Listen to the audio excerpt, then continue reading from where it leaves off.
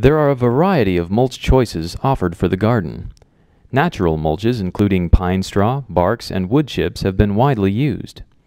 Recently, synthetic mulches made from shredded tires or molded plastic in the shape of pine bark have been introduced. The primary purpose of mulches is to enhance appearance.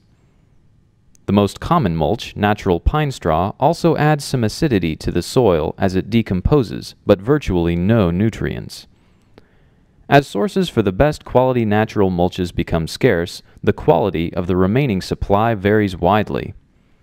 Synthetic mulches offer consistency and quality. But there are many factors in addition to appearance which need to be considered when evaluating the true cost of mulch. Texstraw synthetic pine straw has been developed with these factors in mind.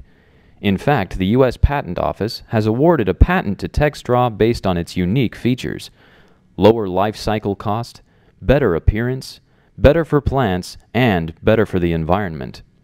Thank you for giving us this opportunity to show you why.